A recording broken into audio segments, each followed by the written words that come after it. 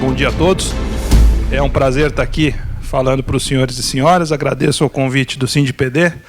É sempre uma honra falar para todas as pessoas aqui relacionadas ao SINDPD, um sindicato aí tão importante e que tem tanta relação com essa nossa área de atuação, né? O direito digital, o direito informático. E hoje quero falar para vocês aqui um pouquinho sobre as fraudes eletrônicas, sobre os problemas que a internet nos traz no dia a dia e como tentar, de alguma forma, diminuir um pouco a insegurança e talvez transformar essa insegurança em segurança ou, pelo menos, em algo juridicamente seguro para as empresas e para as pessoas, porque antes de empresários ou qualquer outro tipo de atividade que a gente possa ter, nós somos usuários também, né? Na nossa casa, nós utilizamos a internet. Os nossos filhos, sobretudo, hoje é um grande problema, né? As crianças, os adolescentes têm um contato bastante prematuro com a tecnologia, com a internet, e a educação digital deixa muito a desejar muitas vezes. As políticas públicas, elas efetivamente têm que amadurecer bastante em relação à educação digital, é importante isso. Então vamos falar um pouquinho desses temas, e já iniciando aqui. Qual é o nosso grande problema hoje, né? A gente vive numa sociedade hiperconectada, e a internet, a tecnologia, ela é por si só uma tecnologia que se espalha muito rapidamente, né? Então, uma empresa hoje que é vítima, então vamos supor aí uma empresa do ramo alimentício, a pessoa foi lá, comprou um determinado alimento, achou qualquer coisa estranha, fez um vídeo daquilo, postou aquele vídeo no Facebook ou numa rede social qualquer. É muito provável que no final do dia a gente tenha alguns milhões de compartilhamentos daquilo, isso pode trazer um dano muito grande àquela empresa, àquela marca, é uma tecnologia que vai muito rápido.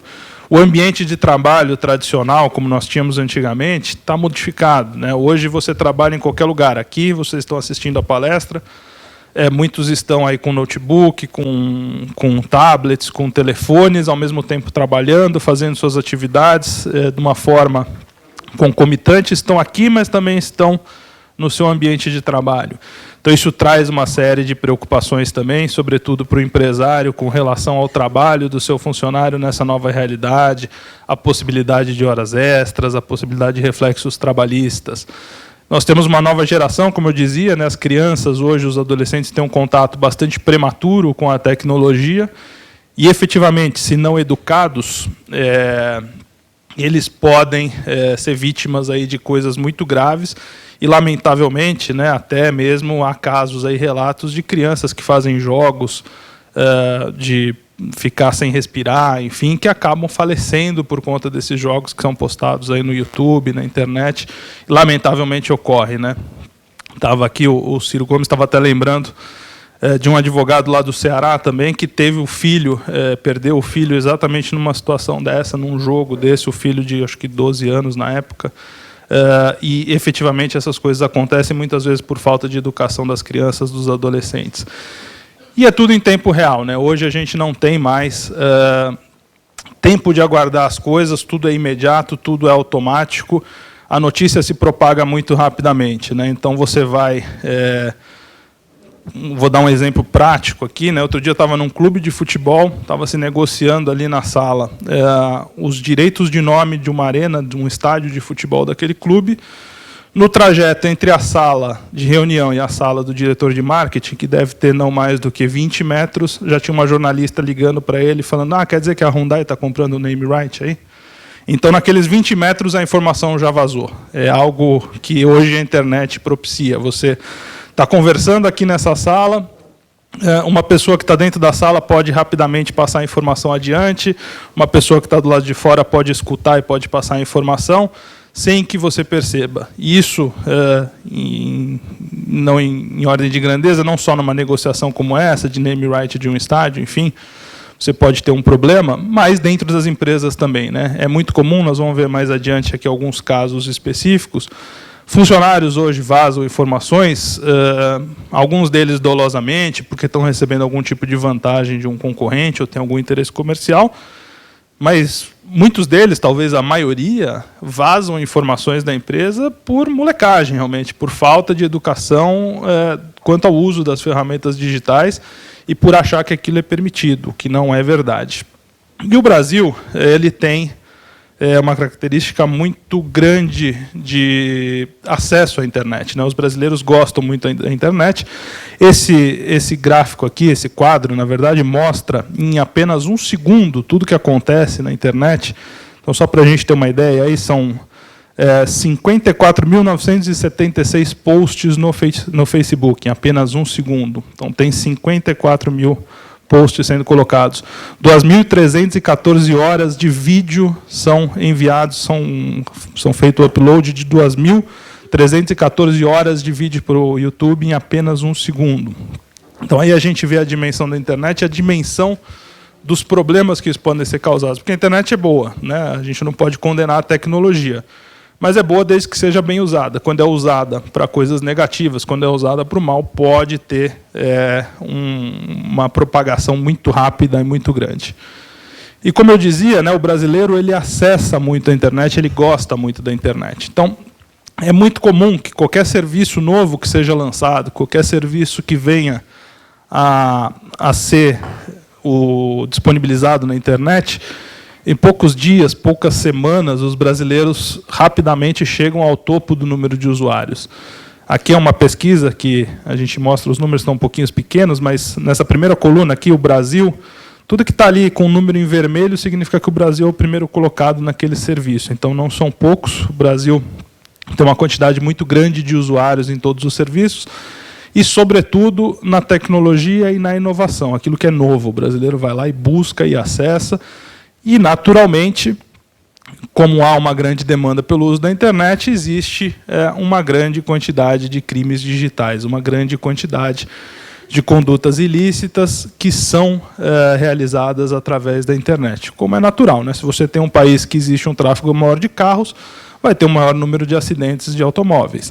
Se você tem um país que tem um número maior de acesso à internet, onde as pessoas passam mais tempo, eu não tenho essa pesquisa aqui nos slides, mas, por exemplo, pesquisas sobre tempo de navegação, o Brasil está em 2º lugar no mundo em tempo de navegação na internet dos usuários, o que mostra que o brasileiro fica muito na internet, vive muito na internet, sempre conectado. Então, naturalmente, é mais vítima de fraudes, o que redobra as nossas atenções.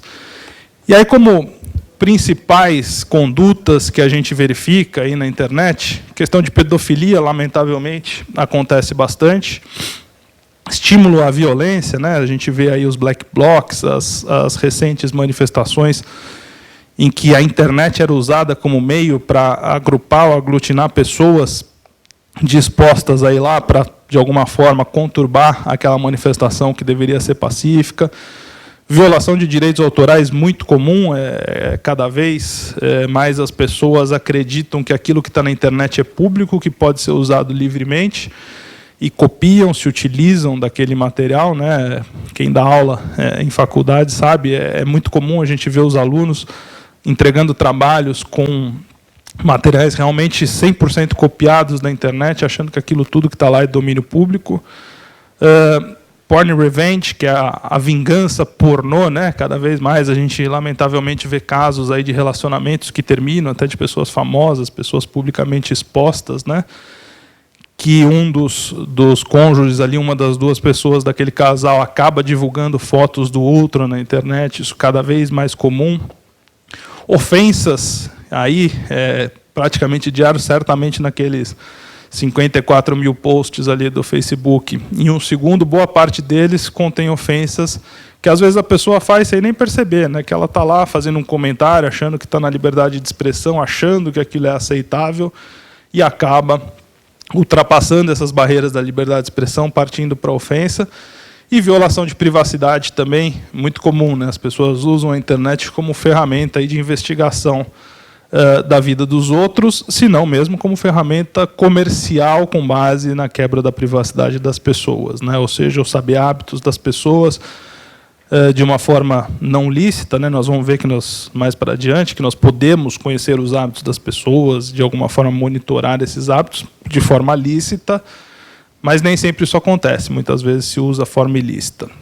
O importante disso tudo é a gente entender que a internet não é um mundo sem lei. Diferentemente do que muita gente pensa, aquilo que acontece na internet tem efeitos, aquilo que acontece na internet gera responsabilidade, e as pessoas que delinquem ou que cometem qualquer tipo de crime, fraude ou conduta ilícita na internet podem e fatalmente serão identificadas e podem responder, e fatalmente também responderão pelos seus atos na internet.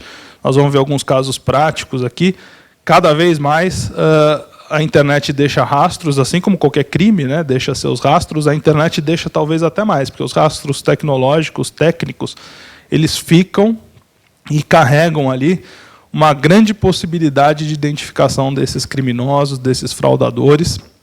E é importante, então, a gente ter em mente que a internet não é uma terra sem lei. Ou seja, quando eu for vítima de algum tipo de ilícito na internet, eu tenho que saber que eu tenho possibilidade de rastrear aquele infrator, aquele criminoso, e posso chegar a ele. E aí a gente vê, né, uma pesquisa aqui que pergunta se alguém da sua família já foi vítima de crime digital. 18% hoje já respondem sim a essa pergunta. Então, a gente vê que é crescente, né? Talvez se a gente perguntasse se já foi vítima de um roubo, de um furto na rua, o número não esteja muito maior do que isso, dependendo da localidade, né? Algumas localidades, obviamente, têm um nível de criminalidade maior, mas, dependendo da localidade, talvez não esteja muito longe disso. Isso é um fenômeno que a gente verifica, né? A criminalidade ela vem cada vez mais migrando para a internet. Afinal, é muito mais fácil você fraudar uma conta bancária, desviar 100 mil reais de uma pessoa que tem 100 mil reais aplicado no banco, do que você arrumar dinamite, explodir um caixa eletrônico e talvez pegar 20 mil reais que tem no cofre do caixa eletrônico de madrugada, porque ele foi abastecido de manhã, as pessoas tiraram o dinheiro durante todo o dia. Então, realmente, não precisa ir longe para entender que é muito mais fácil a pessoa fazer uma fraude bancária na internet, é muito mais fácil subtrair 100 mil reais que seja de uma conta da pessoa. A grande dificuldade é só achar quem tem os 100 mil reais, né? Mas achando a pessoa que tem um saldo bom na conta, porque é o que a gente chama de phishing, né? Uma pescaria. Então, o fraudador ele joga o vírus e aí ele vai pescar todo tipo de pessoa, gente com dinheiro, sem dinheiro, enfim. Mas ele pescando alguém que tem a saldo, é muito mais fácil que ele desvie o dinheiro dessa pessoa do que ir lá explodir um caixa eletrônico, roubar o dinheiro do caixa eletrônico, comprar armamento, comprar dinamite e tudo mais. Então, cada vez mais, a criminalidade migra para a internet. E no Brasil, infelizmente, nós temos aí uma morosidade legislativa bastante grande, muitas vezes, né? Então, as leis acabam não acompanhando essa velocidade com que a internet evolui. No entanto, o lado bom é que a legislação nossa, mesmo que antiga, se aplica naturalmente à internet. Os crimes que eram cometidos no mundo real e hoje são cometidos no mundo virtual são condutas parecidas e da mesma forma. Então, não é porque não tem uma lei específica de crimes eletrônicos ou de crimes cometidos pela internet, é que o furto não é furto, o furto mediante fraude não é furto mediante fraude. Então, quem vai lá e desvia dinheiro fraudando uma conta, pode ser enquadrado num crime de furto, pode ser enquadrado eventualmente num estelionato. Quem ofende a outra pessoa comete um crime contra a honra, assim como cometeria se alguém, num embate pessoal, ofendesse ao outro. A diferença só é a potencialização que a internet dá, né? Antigamente, a gente estava lá numa mesa no bar, 5, 6 pessoas, 2 pessoas se desentendiam, uma ofendia a outra, era um crime contra a honra, presenciado ali por mais 4 pessoas na mesa do bar, talvez alguns desconhecidos e mais ninguém. Hoje não, hoje a pessoa vai lá num grupo do WhatsApp que tem 300 pessoas que são amigos ou que são pessoas da mesma categoria ou que trabalham na mesma empresa, um ofende o outro, aquela ofensa é presenciada por mais 298 pessoas além da vítima, né? Então, existe uma potencialização natural, e aí talvez a lei tenha uma falha, porque não considera essa potencialização na hora de aplicar a pena. Então, aquela pena da pessoa que ofende no bar na frente de 4 pessoas é a mesma da pessoa que ofende na internet ou no WhatsApp, enfim, em qualquer ferramenta, na frente de 298 pessoas, né? Não se mede essa extensão do ilícito, mas, como da mesma forma, se a gente pensar no direito penal, quem rouba 10 reais, 10 não seria um exemplo bom, porque entra aí o princípio da bagatela, mas quem rouba 1.000 reais e quem rouba 100 mil reais também recebe a mesma pena no direito penal.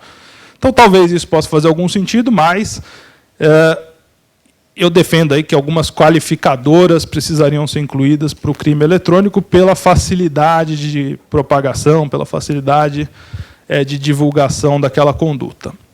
Mas, de certa forma, a gente tem aí os crimes cobertos pela legislação. Tem recentemente a Lei Carolina Dickmann, né, que ficou famoso por conta da Modelo, que teve lá suas fotos vazadas, mas essa lei não trouxe grandes inovações.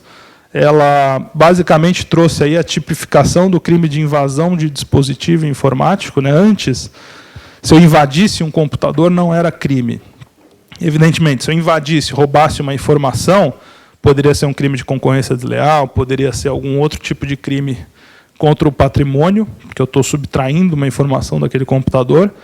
Assim como quando eu invadia, por exemplo, com o intuito de destruir o computador, né, o que acontece hoje é que o pessoal coloca vírus para encriptar o computador e depois pede um resgate, né? Aconteceu até com prefeituras, aí, com órgãos públicos, né? A pessoa acessa um site aí duvidoso, porque vai lá buscar software pirata, pornografia, enfim, navega por um local não seguro na internet, acaba infectando seu computador com um vírus, o computador ele é encriptado e vem uma mensagem dizendo: olha, seu computador foi encriptado, se você quiser voltar a ter acesso ao seu computador, nós queremos tanto de resgate, já tem o link lá para você entrar na própria internet, pagar, enfim. Isso é cada vez mais comum. Isso, na verdade, é um crime de dano, porque você está danificando o computador da pessoa. Então, antigamente, você entrava, danificava, você tinha o crime de dano. Você entrava visando uma informação, subtrair essa informação, a informação utilizável na indústria, você tem um crime de concorrência desleal. É uma obra, é uma criação, você tem um crime de violação de direitos autorais, se utilizar aquilo, enfim, você tinha outros crimes. Mas o fato de você simplesmente invadir o dispositivo não era crime. Então, a grande inovação da Lei Carolina Dickmann é essa, né? A gente tem, hoje, tipificado como crime a invasão do dispositivo, ou seja, eu entrei lá naquele computador, olhei e saí, cometi o crime de invasão porque eu quebrei a senha do dispositivo. Mas aí gera uma série de discussões, né? Hoje a gente tem aqui, por exemplo, os nossos telefones, né? A maioria de nós tem senha no telefone. Se uma pessoa vai lá e a senha ela leva alguns segundos, né? Se eu deixar o telefone aberto em cima da minha mesa, dependendo da configuração, ele pode levar 30 segundos, 1 minuto, para ele travar a tela e exigir a senha novamente.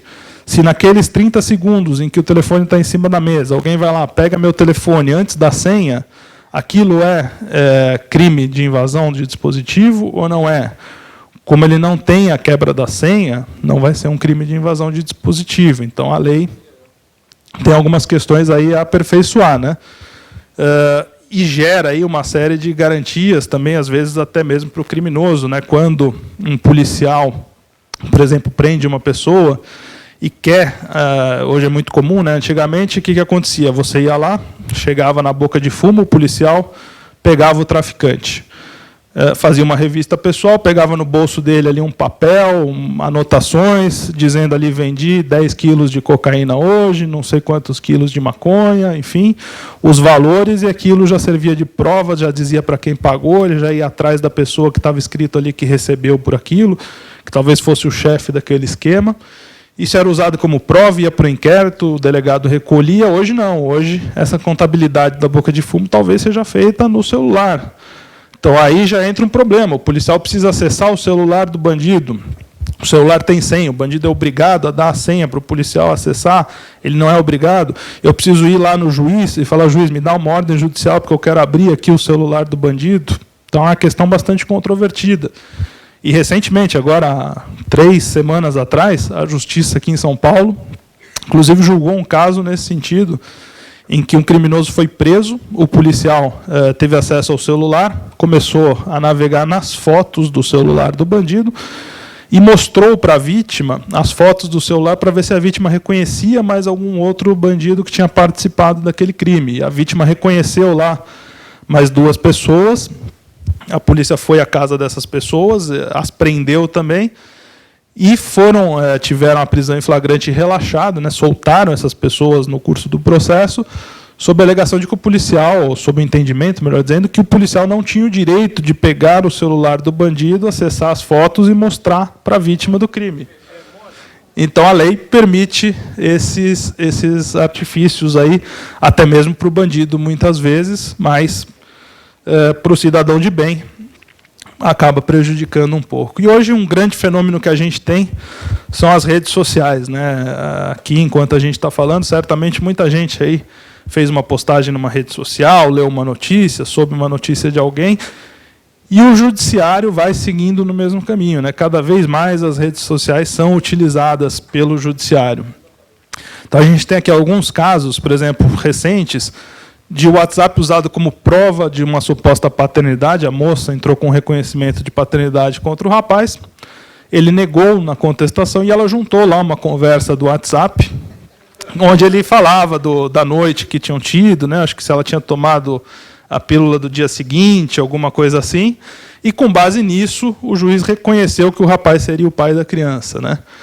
Aí é uma coisa bastante complicada do ponto de vista de prova, né? Porque alguns devem conhecer aqui, recentemente lançaram um aplicativo que chama WhatsApp, que é um WhatsApp que você finge ser outra pessoa. Então, quem me garante que essas mensagens foram realmente enviadas pelo suposto pai da criança, né? Não seria a moça que fraudou essa comunicação se passando por ele com um aplicativo como esse para gerar uma prova contra ele? Então, hoje, o WhatsApp vale mais que o DNA, muitas vezes, para o juiz. É uma realidade aí que a gente precisa aprender a lidar, e os advogados, sobretudo, lidar com essa prova, né? Porque a gente vê aí, por exemplo, a Operação Lava Jato, né? Grande parte das prisões, grande parte da investigação é baseada em prova eletrônica. Recentemente, aí, já se falou hoje do Fantástico aqui, vou citá-lo novamente, né? Uma reportagem mostrou o laboratório da Polícia Federal em Curitiba, que fazia as investigações da Operação Lava Jato. Tem que existir um aparelhamento muito grande do Estado para que essas provas sejam coletadas de uma forma segura, né? O fato da moça trazer ao processo uma suposta conversa do WhatsApp, sem uma cadeia de custódia, sem uma análise efetiva da origem daquilo, é uma temeridade que o juiz declare ou, de alguma forma, impõe alguma obrigação ao suposto pai baseado numa conversa dessa, porque é uma conversa que, tecnicamente, nós sabemos que é contestável. Mas, guardadas as proporções, aí, esse mesmo entendimento que serve aqui, talvez, para uma pensão para uma criança, pode servir para uma prisão, numa Operação Lava Jato, para um desvio milionário de corrupção, enfim, para qualquer crime muito mais grave. Então, os juízes, hoje, têm que começar a aprender a lidar com isso, né? Lidar com a tecnologia, entender que nem tudo aquilo que eles veem é verdade. Lamentavelmente, a tecnologia, e aqui vocês trabalham com processamento de dados, sabem disso, é possível que a gente se passe por outra pessoa, é possível fraudar, enfim, é cada vez mais comum. Um outro caso aqui, o juiz determina a intimação por todos os meios possíveis, inclusive e-mail, telefone, WhatsApp, então tem juiz já que manda intimar a parte pelo WhatsApp e certifica no processo que houve a intimação. Um caso interessante aqui, um funcionário que perde a ação trabalhista após ser desmentido pelo Facebook. Esse é um caso que era do nosso escritório, inclusive. O reclamante da ação não compareceu a uma audiência. O advogado levou um atestado lá que ele estaria num tratamento por uma depressão profunda, estava internado numa clínica, enfim, que não poderia comparecer. E naquele mesmo dia da audiência, naquela mesma hora, tinha uma foto dele no Facebook numa praia, no Espírito Santo, tomando cerveja com os amigos. E aquilo foi mostrado para o juiz e falou: olha, o colega está dizendo aqui que ele está com depressão, mas eu acho que ele já se curou, porque ele está tomando cerveja na praia, aqui no Espírito Santo, com os amigos e tal. E aí o juiz decretou a revelia, decretou que ele não, como ele não havia comparecido naquela audiência trabalhista, encerrou o processo, extinguiu o processo e ele perdeu a ação trabalhista efetivamente por conta disso. E esse tipo de situação é cada vez mais comum, né? Hoje em dia as pessoas elas postam no Facebook coisas incongruentes muitas vezes com o que elas declaram por aí, né? Então é muito comum hoje, quando a pessoa pede justiça gratuita, vai num processo e fala que está numa situação financeira difícil, tal, você entra no Facebook, ele está lá ostentando, com um carro novo, passeando, tomando champanhe e tal, viajando para o exterior, e chega lá para o juiz e diz que não quer pagar a custa judicial. E com base nisso, hoje tem juiz até que ele próprio vai atrás, que não precisa nem a parte mostrar, o próprio juiz junto e falar: desculpa, está pedindo justiça gratuita, mas está andando de carro zero, viajando para a Europa, não é possível, né? Então, cada vez mais o judiciário usa as redes sociais. Um último caso aqui também, um oficial de justiça que foi lá, certificou, foi à casa da pessoa intimá-la, né, e falou, olha, a pessoa não reside no local, perguntei para os vizinhos e não sabem dela. E nem no Facebook eu encontrei a pessoa. Então já está quase dando uma sentença de óbito ali, né, da pessoa dizendo, se não está no Facebook, ele não deve existir mesmo, não tem jeito.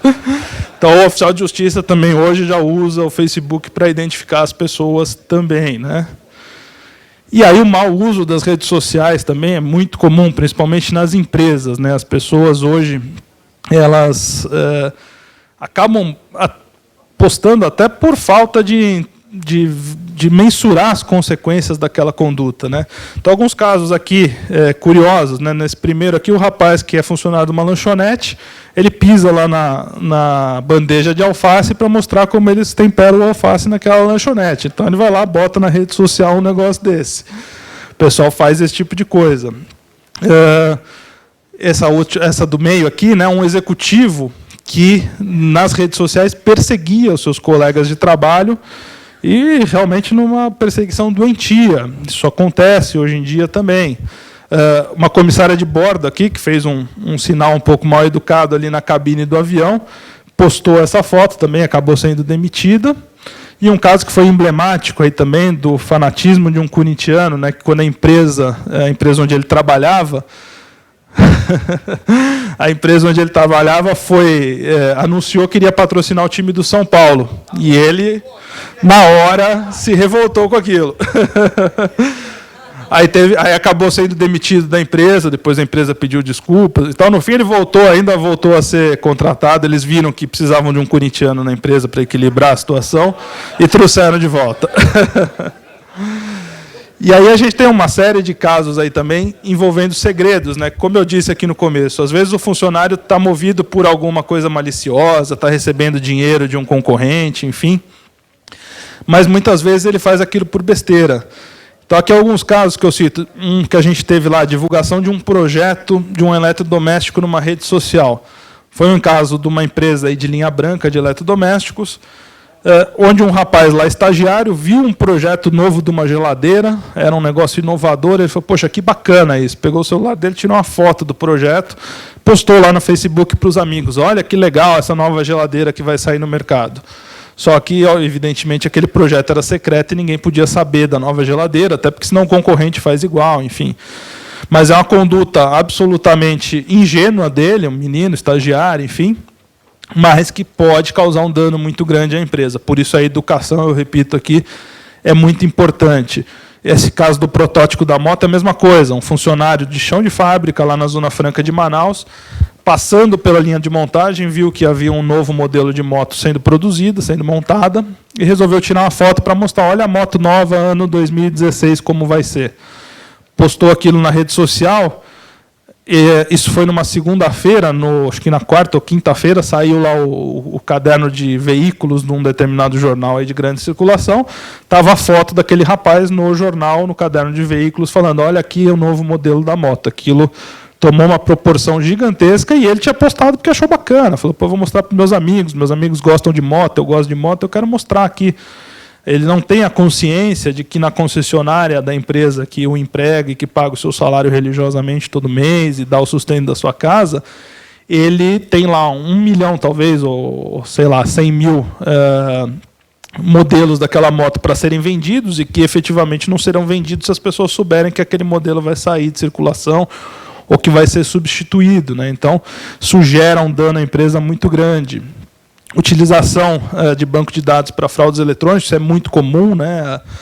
A pessoa obter base de dados para utilizar para fraude. Então, dentro daquilo que eu falei aqui da pescaria, né? Normalmente o que o fraudador faz? Ele manda um e-mail para você falando, oi Marcos, você ganhou aqui R$1 milhão, clique aqui para resgatar o seu prêmio, né? A pessoa ingênua, gananciosa, muitas vezes vai lá, clica e infecta o seu computador.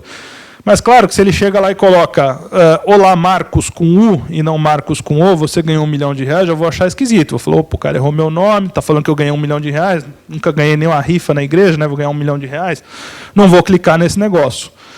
Então, o que o fraudador faz? Ele rouba a base de dados para ter mais informações de mim. Assim como aquele sujeito que liga lá da penitenciária na sua casa e fala, olha, sequestrei tal pessoa, e na conversa vai obtendo o nome de um parente, vai obtendo informações e vai usando essas informações para tornar a história mais verídica, o fraudador age da mesma forma. Então, o fraudador ele vai lá, ele invade, por exemplo, a base de dados de um programa de fidelidade.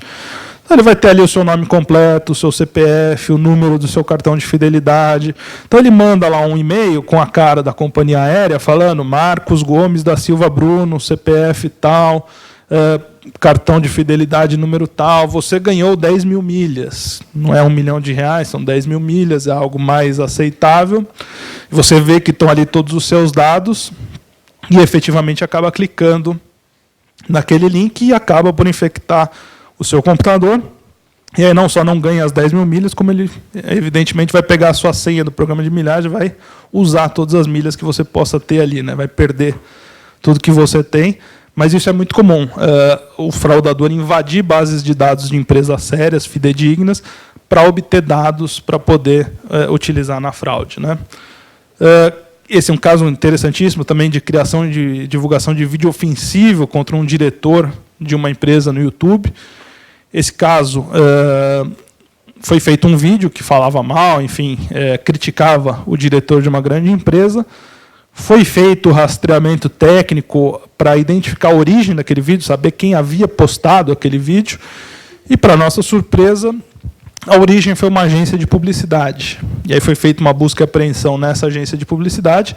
Quando se chegou lá, descobriu-se aí, se apreendeu com ordem judicial o contrato, inclusive, dessa contratação da agência, que a agência havia sido contratada por um grande concorrente daquela empresa, da qual a pessoa que era ofendida era diretor, contratou uma agência de publicidade para fazer um vídeo denegrindo a imagem do concorrente e do diretor do concorrente.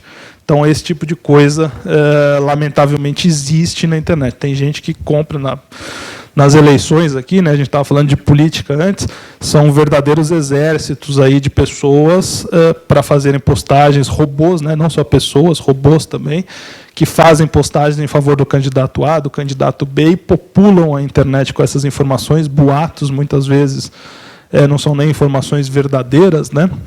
Então, isso é muito comum, cada vez mais é comum a utilização da internet para essa finalidade.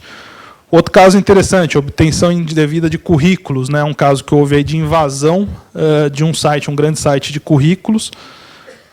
Tinha uma base muito grande de currículos de candidatos a empregos, o concorrente estava começando, não tinha essa mesma base, não teve dúvida. Contratou lá um técnico e falou, invade esse cara aqui, puxa todos os currículos dele e vamos disponibilizar no nosso site. E fez isso aí em 3 ou 4 empresas. Essas ações hoje já foram todas julgadas, houve aí condenações bastante grandes em violação de direitos autorais por conta disso. Mas um caso também emblemático aí que aconteceu. Empregado de instituição financeira que divulga em seu blog o balanço patrimonial da empresa. Isso foi um caso de uma empresa financeira. Um funcionário, não sei por qual motivo, resolveu divulgar no blog dele o balanço patrimonial para falar que a empresa estava indo bem ou que uma empresa estava num caminho certo. Só que os dados desse balanço que ele divulgou não era o balanço final e eles não correspondiam aos dados que foram prestados à CVM. Então, quando a CVM tomou conhecimento daquilo, intimou a empresa e falou, olha, você apresentou um balanço para mim aqui, tem um funcionário seu que está publicando um outro balanço diferente no blog. Qual que é o verdadeiro? Quem que está mentindo aqui? Né? E aí a empresa tem que ir lá se explicar que o funcionário não tinha autorização, que pegou uma versão antiga, sofrer todo um processo de auditoria para demonstrar que os números estavam certos, né? E a gente sabe, fraude de balanço aí, podem gerar consequências bastante graves e até mesmo mercadológicas, né? Se tem ações aí em bolsa, etc., é complicado. Um operador de empilhadeira que foi flagrado dando cavalo de pau no YouTube. Esse caso aqui, o rapaz ele até entrou com uma ação trabalhista, entrou com uma reclamação trabalhista contra a empresa por acidente do trabalho, porque foi afastado do acidente do trabalho. A empresa falou, tá bom, mas está aqui o vídeo de como ele se acidentou. Ignorando todas as regras de segurança do trabalho, todas as normas da empresa, estava dando cavalo de pau e filmando ainda e colocando isso na internet para mostrar a habilidade dele em utilizar a empilhadeira, né? Então, as pessoas chegam a essa cara de pau. Utilização de Dropbox para desvio de informação, isso é cada vez mais comum. Não só para desvio, mas por falta de cautela também, né? É muito comum hoje, o funcionário ele precisa terminar um trabalho, não conseguiu terminar dentro daquele conceito de que a gente trabalha hoje em qualquer lugar, né? Eu cheguei, preciso terminar o trabalho, mas eu vou para minha casa, tá, minha família está me aguardando, eu termino o trabalho lá. Ele tenta mandar por e-mail para a casa dele e não consegue porque o arquivo é muito grande. Então ele vai lá no Dropbox, alguma outra ferramenta de compartilhamento, manda aquele arquivo para a casa dele. O Google, à meia-noite, roda lá um script e indexa aquele arquivo. Então aquilo acaba ficando disponível na internet se a pessoa não tomar cuidado. Então ele não tinha a mínima intenção de vazar aquela informação, pelo contrário, ele queria fazer hora extra em casa, queria trabalhar pela empresa, entregar no prazo que ele tinha se comprometido com o chefe dele, mas faz de uma forma em que pode colocar ou expor a empresa a um risco desnecessário. Então, nós tivemos, por exemplo, o ano passado, um caso de uma empresa de consultoria, estava trabalhando num cliente, uma seguradora, e estava trabalhando num plano de recuperação de desastres, ou seja, o que fazer se a companhia explodir ou se acontecer qualquer tipo de dano às instalações da companhia. Algo extremamente estratégico, porque se você quer aniquilar, você tem que aniquilar o que já existe e o plano de desastre deles, né? O sujeito não tinha conseguido terminar aquilo numa sexta-feira, mandou para a casa dele, usou uma ferramenta de compartilhamento de arquivos, que não o Dropbox, esses que são privados, né, são um pouco mais seguros, mas botou num que é um link público na internet. Isso foi na sexta-feira. No domingo, aquilo estava indexado no Google e o plano de recuperação de desastre da companhia estava lá disponível no Google para todo mundo. Tiveram que fazer todo o plano de novo, instalações novas, investimento todo perdido. Então, uma besteira dessa do funcionário que até tinha uma boa intenção, queria trabalhar no final de semana, acabou gerando um prejuízo muito grande, o que volta naquela tecla que eu tenho dito bastante aqui. A educação é muito importante para o usuário, né? Não adianta a gente ter um contrato maravilhoso de trabalho, não adianta a gente ter um regulamento interno assinado por todo mundo, se eu não chego lá e falo claramente para a pessoa o que ela pode fazer, o que ela não pode fazer, como ela deve se comportar, os riscos que o uso da tecnologia podem trazer, porque realmente a internet é muito perigosa nesse aspecto. E aqui eu cito um diálogo de um filme de 2010, né, do Zuckerberg, que conta lá a história do Facebook, né? E num determinado diálogo, a Erika Albright fala para o Mark Zuckerberg: a internet não é escrita a lápis, é escrita a tinta. E essa é uma grande verdade, né? A gente, quando posta algo na internet, e algo sobre nós mesmos, aquilo pode ficar lá para sempre. Então, hoje, já a internet não tem tanto tempo, daqui a 10 anos isso vai ser potencializado ao quadrado, né? Hoje já é comum a gente ver pessoas aí de 20 e poucos anos que estão chegando no mercado de trabalho, mas quando tinham 15, 16, foram numa festa, enfim, foram numa situação que para aquela idade era normal, mas que postaram uma foto ali que de alguma forma pode ser entendido como constrangedor ou como impróprio nessa nova fase da vida deles, que é uma fase já de trabalho, de ingresso no mercado profissional. E ele, mesmo tendo postado ele próprio aquela imagem quando tinha 15, 16 anos, hoje não consegue mais acesso àquele local, não tem mais as senhas e não consegue apagar o conteúdo dele próprio. Então é um grande problema, é o problema aí do direito ao esquecimento, né? A pessoa, se tem na internet uma notícia divulgada, aquilo se perpetua no tempo. Então a gente tem aí, por exemplo, uma pessoa que responde um processo crime. A imprensa noticia quando ele é preso, enfim, quando o processo crime, quando ele é preso cautelarmente no curso do processo, quando o processo se inicia, mas se ele for absolvido no final, isso não dá mídia, não dá ibope, né? A gente gosta de noticiar a tragédia, a parte onde a pessoa foi declarada inocente, a mídia não tem tanto interesse. E quando você pesquisa o nome da pessoa na internet, efetivamente o que fica é que ele sofreu um processo crime, que ele desviou dinheiro, enfim, que ele fez alguma conduta errada. E a pessoa, quando é absolvida, ela não tem esse, quer dizer, não tem o direito, não, mas não tem essa versão contada da forma como deveria ou ajustada para dizer, não, ele respondeu o processo, mas foi absolvido. E aí a gente tem, né, hoje diversas discussões aí ao direito ao esquecimento, até os projetos recentes aí que falam da possibilidade de você excluir a condenação criminal, alterações do Marco Civil, que estão em discussão. e que podem ser usadas para o lado bom, mas também podem ser usadas para o lado ruim, né? A gente tem que ver aqui que não se trata de apagar a história. Então, hoje, na minha geração era uma realidade, hoje para as crianças isso já é história, né? Por exemplo, a queda do presidente Collor. Era um movimento popular, enfim, que as pessoas foram às ruas, o presidente acabou renunciando, isso hoje é história, isso é tratado como história para as crianças, para os adolescentes no colégio. Só que analisando friamente uma lei que possa dizer uma pessoa que respondeu a um processo criminal, foi absolvida por sentença transitada em julgado, tem o direito de excluir as menções ao processo da internet. Então, considerando que em diversos processos o ex-presidente Collor foi absolvido por sentença transitada em julgado, ele poderia excluir a história, que está nos livros de história hoje, que ele ia sofrer um processo de impeachment, resolveu renunciar, respondeu processos crimes. Então, até que ponto o interesse público deve se sobrepor ao interesse privado, né? Essa é uma questão que já gera e vai gerar cada vez mais discussão na internet. Porque se a gente olha do ponto de vista de uma pessoa que não é do interesse público, parece muito natural. Então, um advogado, por exemplo, que foi lá investigado numa determinada operação da Polícia Federal porque auxiliou um cliente, por exemplo, que estava envolvido com alguma conduta criminal, foi absolvido ao final, ter o seu nome manchado ali, ou não é uma pessoa de interesse público, talvez possa ter realmente o direito ao esquecimento, à remoção daquilo, né? Mas uma pessoa política, uma pessoa pública, uma pessoa que se envolveu em fatos que fazem parte da história de um país, aquilo pode ser apagado? Talvez não. Então, isso é um trabalho de interpretação para os juízes. Mas o fato é que a internet é escrita a caneta. É muito difícil, muitas vezes até impossível, que a gente possa excluir da internet alguns conteúdos. Por isso que a gente tem que tomar muito cuidado. Aqui, por exemplo, um caso de uma prisão, né? Por conta de um comentário. Sem entrar no mérito se a prisão é devida ou indevida, né? A Polícia Militar divulgou no Facebook que fez uma operação numa determinada avenida.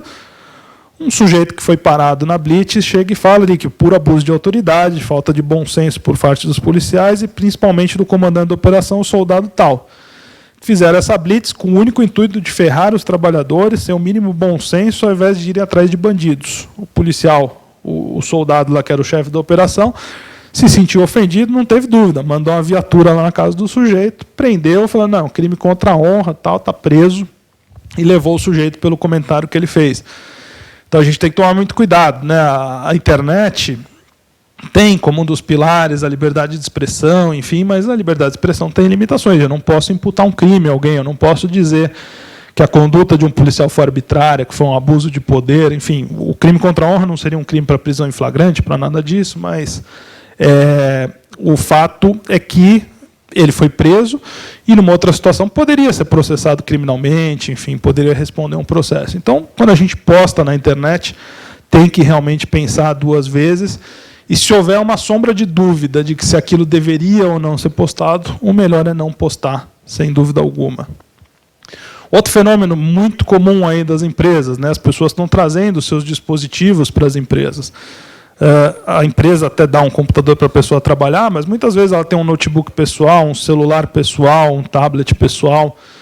Isso é conhecido como Bring Your Own Device, né? Traga o seu próprio dispositivo, mas já há quem chama de Bring Your Own Disaster, ou seja, traga o seu próprio desastre.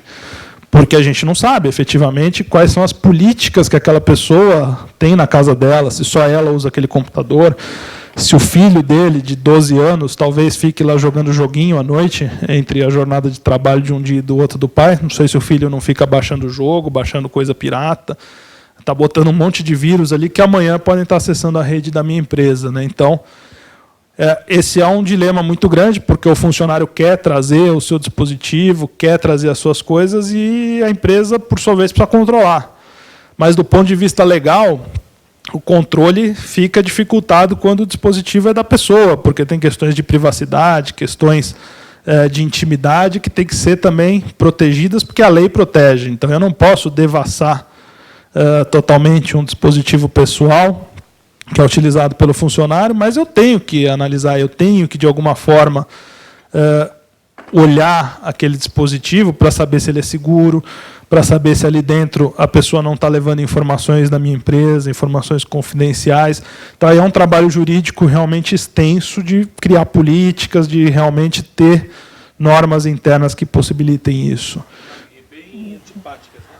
Ah, sim, é muito difícil, né? Isso lá no sindicato, quando a gente proíbe alguma coisa, utilizar, seja alguma rede social, alguma coisa do funcionário, a antipatia que se torna dele. Não, e nós mesmos, né, o escritório, né, como foi dito aqui, nós trabalhamos exclusivamente com direito digital, vivemos as fraudes, esses problemas, e às vezes a gente vai quando a indústria, é muito comum, né, quando você entra, não pode entrar com celular, não pode entrar com nenhum dispositivo pessoal, tem que deixar tudo na portaria. A gente fala, mas em que mundo vive, né? Pô, não pode entrar com celular dentro da fábrica, não pode ter conexão, mas é o mundo que a gente vive todo dia, é a segurança. O fato da pessoa ter um celular no bolso na linha de montagem, aquele caso do rapaz que postou a foto da moto nova, não aconteceria se fosse proibido. Então, o sujeito que faz isso está correto, né? Mas é o problema da antipatia. Os visitantes, os funcionários, eles têm dificuldade realmente em compreender. E cada vez mais, né, até mesmo pela mudança das relações de trabalho, hoje, em setores onde a economia é aquecida, como é o setor de processamento de dados, a gente sabe que os profissionais, não são as empresas que escolhem os profissionais muitas vezes escolhem as empresas onde querem trabalhar, porque tem mais emprego do que profissionais qualificados no mercado.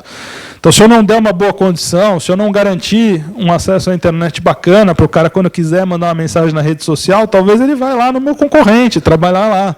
Então, hoje eu tenho que pensar no bem-estar do funcionário. Antes, eu pensava na comida, do refeitório, enfim, hoje não. Hoje eu tenho que pensar na conexão do Wi-Fi da empresa, mas, ao mesmo tempo, eu tenho que fiscalizar isso tudo. Eu não posso deixar que aquilo vire algo que as pessoas façam o que queiram, né, porque a empresa tem informações. Então, é uma grande dificuldade, né? A gente, no jurídico, principalmente, briga muito aí com o pessoal de marketing, de RH, porque eles querem liberar tudo. Enfim, eu lembro uma vez, eu estava numa palestra, uma empresa de telefonia, e eles tinham um slogan que era alguma coisa do tipo, pessoas conectadas vivem melhor, alguma coisa assim.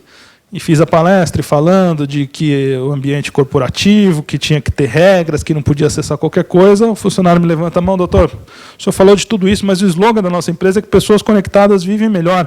Por que eu não posso ficar conectado durante o meu trabalho? Então, você tem que explicar para ele que ele pode ficar conectado, mas seguindo determinadas regras. Então, hoje o empregador é questionado pelo funcionário. Então, as regras têm que ser realmente muito bem elaboradas e muito bem passadas, para que o funcionário entenda que não é, porque a gente vive num outro mundo e quer que ele volte à idade da pedra e que ele fique isolado e não se comunique mais, né? A gente quer que ele siga determinadas regras que mantenham a segurança. E a segurança da empresa é a manutenção do emprego dele, né? Imaginem que uma informação vaze da empresa hoje pode levar a empresa à falência.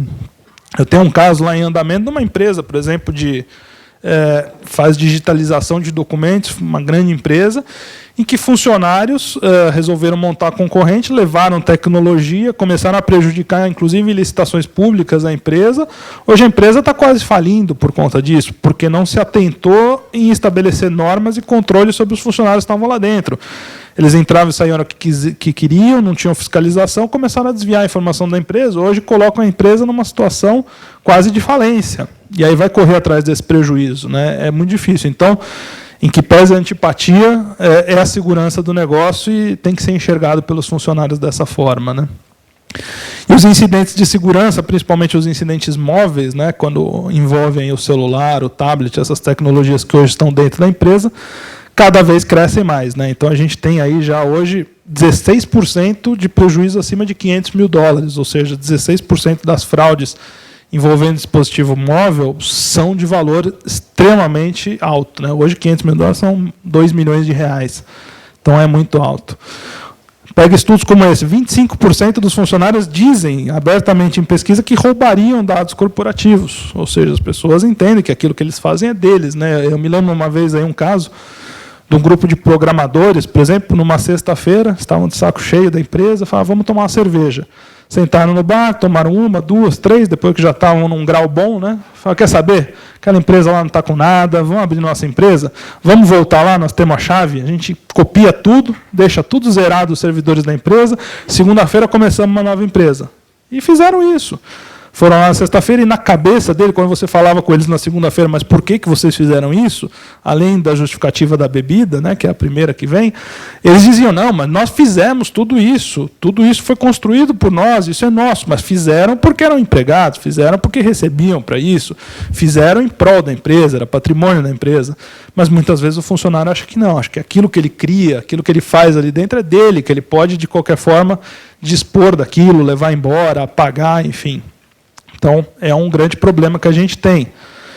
Para a gente ver o nível de insegurança, né? Experimentem fazer essa pesquisa. Coloca no Google ali, confidential, do not distribute e type igual a PDF, ou seja, arquivos que tenham as palavras confidencial, não distribua e que sejam PDF. Essa aqui é uma pesquisa que eu fiz ontem, não vai dar para ler ali, mas são 2.300.000 resultados de documentos que contêm essas palavras. Certamente, se você abrir ali esses 2.300.000, uma boa parte deles são documentos realmente confidenciais que estão lá, estão indexados no Google, porque alguém um dia colocou em algum drive público na internet, algum box, e aquilo foi indexado. Está lá, as mais variadas informações. É uma diversão para um final de semana inteiro, aí, quem quiser ficar vendo documentos confidenciais. As fraudes, né, hoje, cada $100, as pesquisas aí entendem que correspondem a $308 de perda, ou seja, 3,08 vezes por dólar em termos de perda. O que mostra que é importante coibir essas fraudes, né, porque o empresário, muitas vezes, ele fala, bom, fraude não tem o que fazer, acontece, todo mundo é vítima, eu vou tentar avisar meu usuário da fraude e não vou fazer nada além disso. Só que a verdade é que o fraudador é acomodado. O fraudador, ele vai onde é mais fácil. Então, isso é muito normal. Se a gente pega fraude bancária, um banco que não combate, que não vai atrás, que não prende, que não desmantela quadrilhas, é muito mais vítima do que um banco que tem um trabalho proativo, que vai atrás das quadrilhas, que investiga os casos. Então, hoje, o investimento na fraude, no combate à fraude, ele efetivamente traz resultado para o empresário, para o comerciante, porque ele acaba coibindo novas práticas daquele delito. Outra questão também, responsabilidade civil do empregador, né? O empregador responde por atos do seu funcionário, ou pode responder por atos do seu funcionário. Então, da mesma forma como antigamente, pensando aí num modelo antigo, a empresa fornecia um carro na mão do funcionário para ele trabalhar, e tinha que tomar cuidado, porque se ele atropelasse alguém na rua, a empresa pagaria indenização para a família daquela vítima, se ela falecesse, ou para a vítima, se ela só sofresse um acidente mais leve. Hoje, quando você dá um computador na mão do seu funcionário, você pode pagar indenização pelos atos dele dentro, usando aquele computador. A conexão é sua, o computador é seu. Se ele entrar na internet e ofender alguém, se ele entrar na internet e resolver invadir um concorrente seu, e é comum.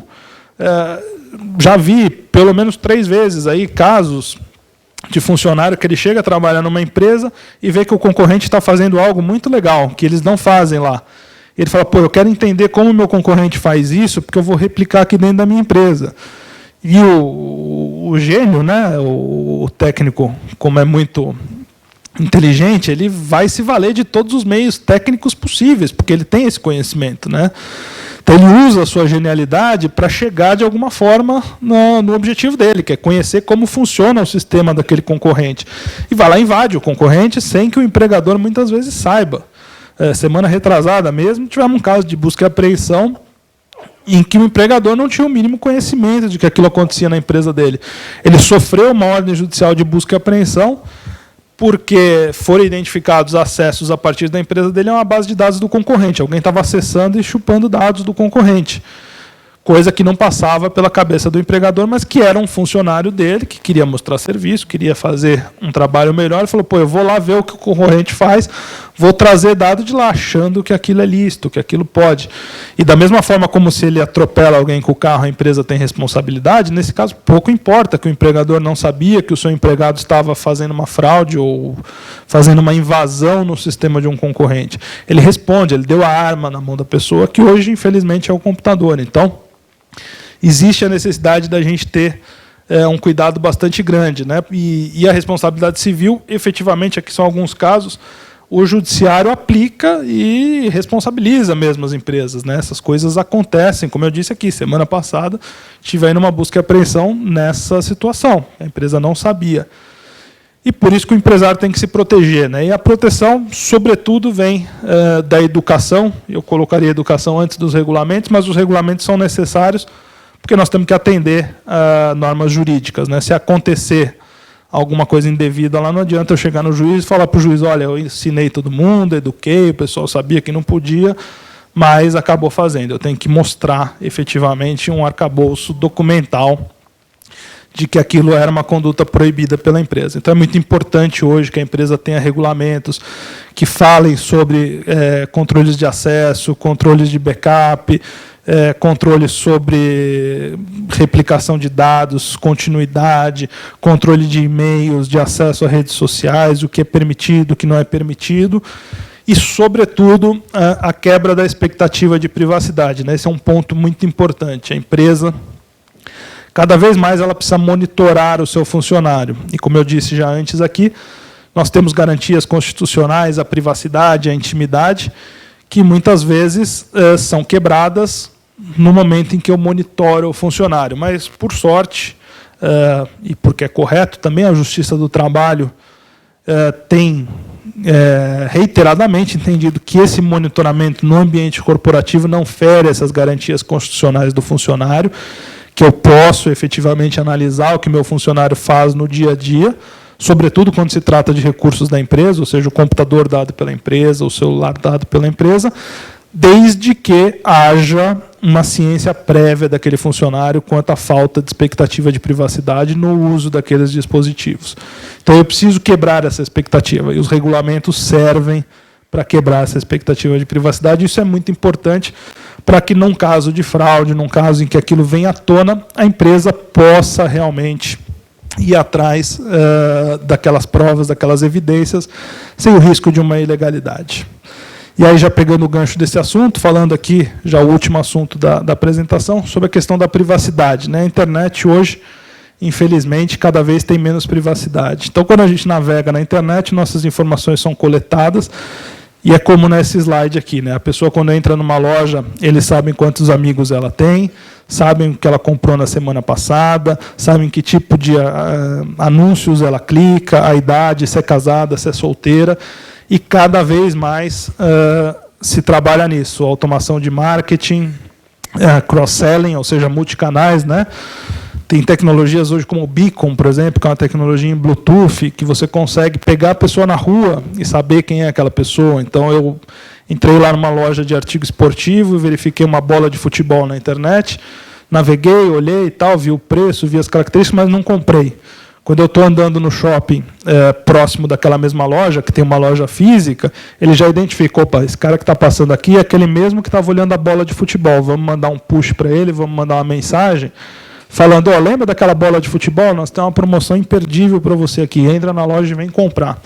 Então, cada vez mais a gente é rastreado, e nos Estados Unidos já tem tecnologias nesse sentido, aqui no Brasil já tem startups também trabalhando com isso, com beacons, com mídia programática, cross-selling. Então, isso cada vez mais vai ser algo, parte da nossa realidade. Então, a privacidade em si, ela cada vez mais é rara, né? A gente tem que tomar muito cuidado com os dados que fornecemos e para quem nós fornecemos.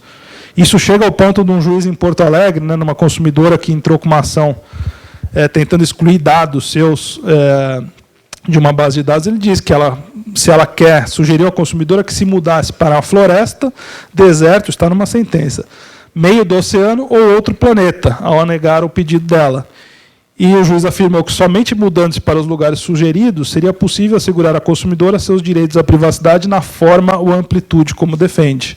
E a verdade é essa, o próprio judiciário é impotente hoje em termos de proteger a privacidade das pessoas, né? A privacidade, ela cada vez mais é rara. Então, a gente tem que partir do princípio realmente de que aquele dado vai vazar, que aquilo vai se tornar de conhecimento público, e procurar não fornecer nada que não pudesse ser de conhecimento dos outros, porque, efetivamente, tudo que a gente faz está sendo coletado. Se a pessoa vai lá num site, enfim, que relaciona ele a conteúdo pornográfico, a coisas que podem ser moralmente erradas, aquilo um dia vai vazar, enfim, a pessoa tem que tomar cuidado. Está aí a prova, né, recentemente aí do site como Ashley Madison, que houve um grande vazamento de dados, pessoas recebem e-mails pedindo suborno, basicamente, para que seus dados não sejam divulgados, para que suas informações não sejam divulgadas.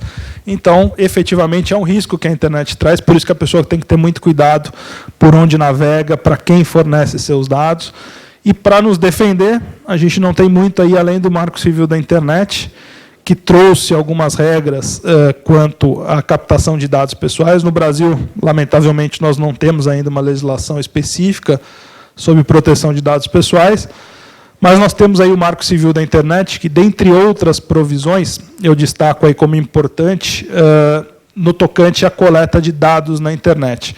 Traz regras de que existe a necessidade de um consentimento prévio do usuário e que as finalidades devem ser declaradas, que é muito bom do ponto de vista jurídico. A gente tem lá, num documento, a garantia e para que os dados vão ser usados, mas, por outro lado, não garante muito o consumidor, porque se eu vou lá e aceito o contrato sem ler, que é o que a gente faz no dia a dia, né? Ninguém nunca leu o contrato do Google antes de fazer uma busca, né? Eu, pelo menos que sou advogado, já li, mas não antes de fazer a busca. Li por uma curiosidade acadêmica, enfim, pelo trabalho, mas não porque eu queria ver se, ao fazer aquela busca, ele estava logando ali, se eu estava procurando aquele termo ou não. E a maioria das pessoas, se não todas, é assim. Então, ninguém vai lá ler os termos. E, ao fazer a busca, a gente está aceitando aquelas condições. Então, eu estou aceitando que o Google colete dados sobre mim, se eu pesquiso sobre carro, se eu pesquiso sobre avião, se eu pesquiso sobre barco, se eu pesquiso sobre moto, eu crio um arquivo dizendo, olha, o Marcos gosta de avião, o José gosta de carro, e aí vai direcionar uma propaganda específica para mim. E, em outros casos, pode ser usado também para outras finalidades que não só a propaganda, né? Imagine aí que alguém queira saber hábitos de uma pessoa, que um criminoso queira saber. Essas informações estão sendo coletadas na internet, podem ser usadas para más finalidades também. E aí algumas recomendações finais aqui, né, como a gente já está encerrando o nosso tempo, principalmente por conta do Marco Civil da Internet, eu acabei não podendo aprofundar aqui esse tema do Marco Civil, mas revisões de políticas internas nas empresas são muito importantes para adequar a algumas realidades da lei, porque tem regras específicas sobre guarda de registros. Então, sobretudo no monitoramento do funcionário, quando eu coleto informações de por onde o meu funcionário navega, que tipo de conteúdos ele acessa. Hoje eu estou sujeito a regras aí do Marco Civil que podem demandar atualizações. Termos de uso e políticas de site, isso é uma questão bastante importante no Marco Civil, né? O Marco Civil obriga. Ele traz um conceito, na verdade, de provedor de aplicação e o provedor de conexão. O provedor de conexão é aquela empresa que nos dá conexão à internet. Então, a conexão ali do Speed, do Virtua, do próprio celular nosso, essas empresas, a TIM, a Viva, a Telefônica, a Claro, a Oi, enfim, são provedores de conexão. E depois conceitua os provedores de aplicação como aqueles que disponibilizam sistemas na internet. E esse conceito é bastante amplo no Marco Civil. Então, qualquer site, um site, por exemplo, do SINDPD, um site institucional que fala da diretoria, da presidência, das ações, enfim, dos eventos, ele pode ser conceituado, o SINDPD, como um provedor de aplicação naquele momento. E, sendo um provedor de aplicação, está sujeito às normas do Marco Civil, então precisa ter termos de uso adequados ao Marco Civil. Toda essa parte de coleta de dados nos seus termos de uso tem que estar adequada ao fato de ter que ter um consentimento prévio, um consentimento expresso. Isso se aplica aí a todas as empresas na prática, porque, como eu disse, o conceito de provedor de aplicação é amplo. Então, essa revisão de política de privacidade, termo de uso, é algo quase que impositivo nessa parte do Marco Civil. Análise dos impactos, né, dependendo da atividade da empresa, podem ter impactos que precisam ser analisados no Marco Civil. E verificação de contratos com fornecedores de tecnologia. Hoje, sobretudo, e aí no campo do processamento de dados, isso é uma realidade muito grande, né? Hoje, talvez nem tanto por causa do custo do dólar, né? O custo da moeda está um pouco complicado, mas até pouco tempo atrás era muito comum, e ainda é muito comum, que a gente contrate empresas estrangeiras para prover serviços de hospedagem, de conexão, de hosting. E o Marco Civil traz regras específicas quanto à responsabilidade das empresas brasileiras que contratam esses estrangeiros, porque esses estrangeiros vão armazenar dados que podem ser requeridos pela Justiça, podem ser requeridos em investigações civis ou criminais, e a Justiça tem que ter de quem exigir esses dados. E essa pessoa de quem a Justiça vai exigir é o brasileiro que contrata o estrangeiro. E aí, lamentavelmente, a gente acredita que não, mas você, mesmo sendo contratante do serviço, pode ter dificuldade de acesso a alguns dados. Então, tem ações aí em andamento, por exemplo, que a pessoa contrata uma conta de e-mail no Google Apps for Business, sofre uma invasão na sua própria conta. Nada mais natural, ele liga para o prestador de serviço e fala, olha, sofri uma invasão no dia 10 de novembro, às 10 horas. Fornece para mim os registros desse acesso, qual era o IP de origem, quem que fez esse acesso, para eu tentar identificar a pessoa, saber quem invadiu minha conta. E o Google fala, não, desculpa, a sua conta está armazenada nos Estados Unidos, a gente tem um programa, um procedimento específico aqui, não existe acordo de cooperação entre Brasil e Estados Unidos em termos de matéria de questões civis, só de matéria de questões criminais, eu não posso te fornecer sem uma ordem judicial. Vai lá no juiz, busca a ordem judicial para você saber o dado da sua própria conta, pela qual você paga todo mês, pela qual você despende um valor financeiro todo mês. E, efetivamente, isso acontece. Eu usei o Google como exemplo aqui, mas não é exclusividade deles. Diversos, e a maioria dos prestadores de serviços estrangeiros, seguem as legislações dos seus países e que, muitas vezes, são protecionistas quanto ao fornecimento de dados. Então, eu mesmo, contratando o serviço, muitas vezes posso não conseguir ter acesso à informação. E o Marco Civil da Internet me responsabiliza por isso. Ou seja, eu contratei um serviço na Malásia, porque era o mais barato que tinha, e a pessoa lá não me fornece os dados, não interessa, eu vou responder aqui na Justiça, eu vou responder no Brasil, porque isso é um problema meu. Meu contrato com ele lá na Malásia deveria garantir o fornecimento daqueles dados. Se eu não tiver essa cautela, eu respondo por aquilo. Então, hoje é uma preocupação muito grande. Quem usa a infraestrutura estrangeira tem que estar adequado a isso, né? E aí a infraestrutura estrangeira traz outras preocupações, inclusive de normas, né? Por exemplo, o setor bancário. Hoje tem boa parte dos dados hospedados no exterior, tem normas do Banco Central, a discussão é bastante intensa aí com relação a isso, mas, de uma forma geral, quem tem dado hospedado no exterior precisa tomar esses cuidados. Eu termino por aqui. Se alguém tiver alguma dúvida, quiser ainda fazer alguma pergunta, não sei se a gente tem tempo aqui sem atrapalhar o andamento do evento, mas, de qualquer forma, está aí à disposição o meu e-mail também, se quiserem me escrever, mandar qualquer mensagem, qualquer dúvida adicional que possam ter, eu fico à disposição. E, mais uma vez, obrigado pelo prazer de estar aqui com vocês.